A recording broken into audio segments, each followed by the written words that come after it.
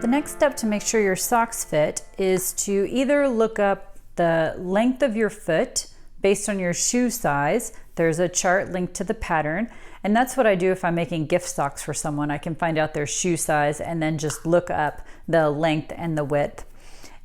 If it's you or someone you know, then you can also trace your foot onto a sheet of paper placed on the floor, put your weight on the ball of the foot, hold the pencil straight up to trace, and then measure the longest part. So from the longest part at the top to the longest part at the bottom, 10 inches is my foot. You subtract 1/4 of an inch to account for the size of the pencil, which means my target is 9.75 inches. To figure out how wide you want your socks, you can use a soft tape measure like this and measure around the ball of your foot, divide by 2 and subtract 1/2 inch. So for example, if it's 8 inches, you would divide by 2, get 4 inches, subtract 1/2 inch, 3.5 inches. Or you can measure the widest part on your tracing, which again here is 4 inches, and I could subtract, 1/4 to 1/2 inch this way. Once you know what your target width is, then you can measure your tube that you knit.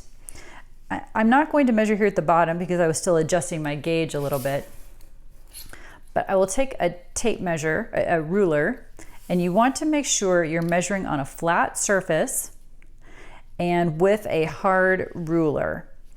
We're going to measure the width of the sock. This is just over 3.5 inches, which is how I like my socks. So I would say this was good enough.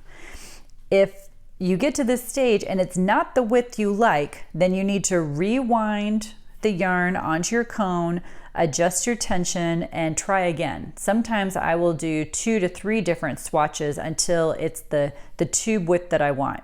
You can't go on to any of the other steps until the tube is the size that you like. Once it is the size you'd like though, the next step is to measure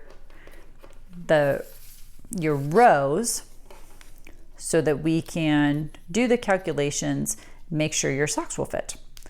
I'm going to measure closer to this side of the knit, since again I was kind of playing with the gauge over here, the tension.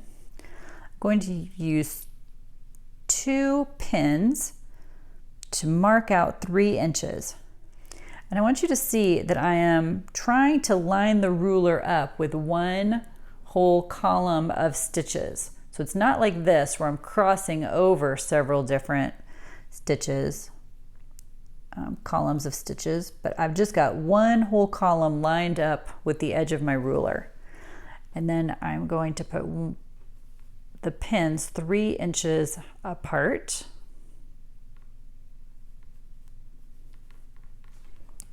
There's the first one.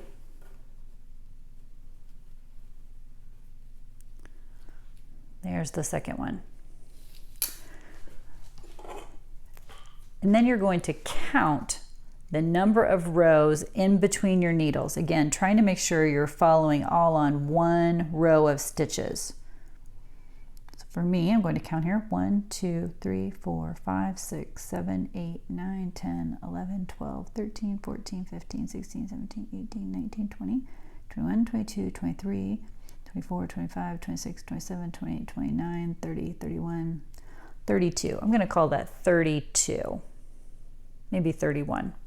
I usually do count twice, so you can count and come up with what your total is for your number of rows. The next thing that will impact the fit of your sock is how stretchy your fabric is. So to test that, you're going to lay the ruler on the table in front of you, and you're going to hold the 2 sides in your hand and stretch, some, not a crazy amount, but a stretch. And so I'm going to say those, so I'm sure it's a little hard for you to see on the camera, but I'm going to say that is stretching to between 3.75 and 4 inches.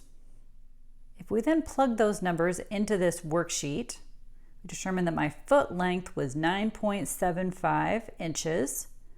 My width was 4 inches, and so it gives me a target width of 3.5 inches as the width of the tube that I'm aiming for. And then my row gauge, I double checked. I believe 32 is the best number of rows within my 3 inches. When I stretched the fabric, it looked like my 3 inches stretched to about 3.8. So this shows me that I am going to crank 46 rows for the foot.